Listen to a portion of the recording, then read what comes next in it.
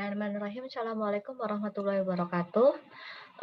Memasuki materi terakhir pada semester ini yaitu mengenai model simulasi. Tapi simulasi yang akan saya sampaikan hanya sebatas pengantar saja, karena nantinya kalian akan mendapatkan materinya lebih dalam mata mata kuliah khusus, yaitu mata kuliah simulasi sendiri. Ya, sebelum masuk ke pemahaman yang lebih atau materi yang lebih mendalam, kita harus tahu dulu apa sih itu simulasi, ya, apa sih itu pemodelan.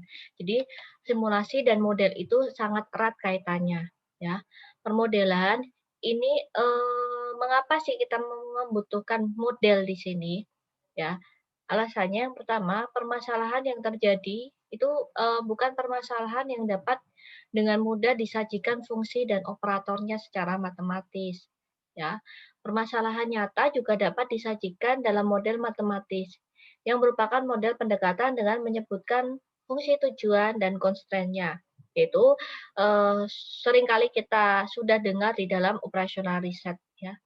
Permasalahan nyata banyak menggunakan nilai-nilai, uncertainty, ketidakpastian dalam setiap kejadian yang muncul, ya. Jadi masuk ke dalam proses stokastik. Permasalahan juga atau permasalahan-permasalahan kompleks dengan model nonlinear ini tidak dapat diselesaikan dengan cara analitik, metode numerik ataupun linear programming, seperti itu. Nah, mengapa kita membutuhkan permodelan? Yang pertama, metode heuristik ini merupakan suatu alternatif untuk menyelesaikan permasalahan dengan memanfaatkan kejadian secara acak. Metode heuristik juga ini tidak dapat langsung diimplementasikan ya, karena mempunyai resiko yang besar, sehingga kita membutuhkan simulasi di sini sebelum memastikan apakah usulan yang akan kita terapkan tersebut sesuai atau dapat dapat apa ya, dapat diterapkan atau tidak, itu. Contoh pemodelan dan simulasi, ya. Ini contohnya, jadi kita ketahui peta dari suatu wilayah seperti gambar sebelah kanan, ya. Nah, kita ingin mengetahui berapa luas dari wilayah tersebut bila diketahui skala perbandingannya, ya. Luas itu tidak dapat dihitung menggunakan rumus integral atau metode numerik karena tidak mempunyai fungsi tertentu, sehingga kita dapat menggunakan simulasi metode Monte Carlo yang digunakan untuk mensimulasikan perhitungan luas. Contoh-contohnya, nah, kita ingin mengetahui juga pada suatu kota terjangkit suatu wabah penyakit tertentu, katakanlah kalau sekarang corona ya. Nah, kita ingin mengetahui bagaimana dapat mengetahui pola penyebaran penyakit tersebut. Bagaimana masa penyebarannya, bagaimana pemakaian imunnya, dan vaksin-vaksin tertentu. Nah, ini kita membutuhkan program untuk mensimulasikan eee, kejadian, penyebaran wabah penyakit tersebut. Nah, model semacam ini dinamakan dengan model epidemik, ya. Jadi sebenarnya kita bisa membuat simulasi, kira-kira bagaimana sih penyebaran wabah Covid ini, bagaimana, simulasi ketika vaksin ini sudah diberikan kepada setengah dari penduduk Indonesia, seperti itu.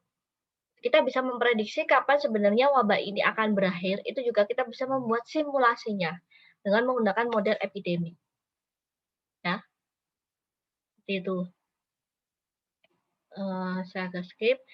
Nah, ini cara mempelajari sistem.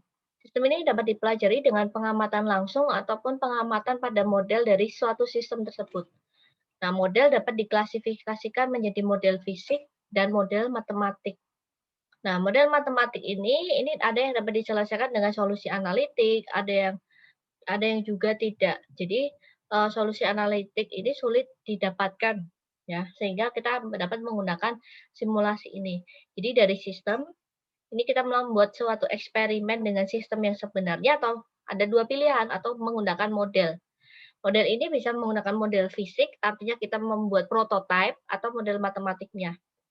Nah, model matematikanya ini kita bisa mendapatkan solusinya analitik atau simulasi. Seperti itu. Kalau solusi analitiknya sulit diterapkan, kita bisa menggunakan simulasinya dulu bagaimana.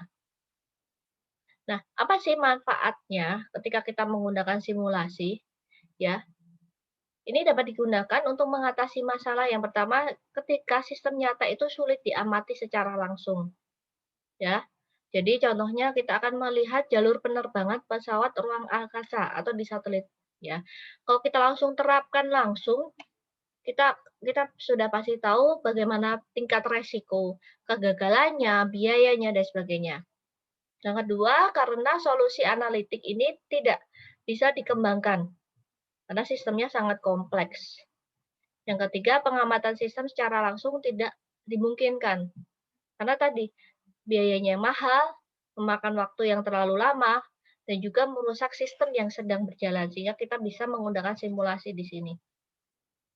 Tetapi, di balik kelebihan-kelebihan tadi ada juga kelemahannya. Yang pertama, simulasi ini tidak akurat, karena teknik ini bukan proses optimasi dan tidak menghasilkan sebuah jawaban, tetapi hanya menghasilkan sekumpulan output saja dari sistem pada berbagai kondisi yang berbeda. Ya, pada banyak kasus ketelitiannya sulit untuk diukur. Jadi kalau kita ingin memprediksi kapan sampai ini berakhir, mungkin bisa kita prediksi. Tetapi apakah akurat? Nah, tentu tidak, karena bisa maju atau bisa mundur seperti itu. Model simulasi, ya, ini juga baik.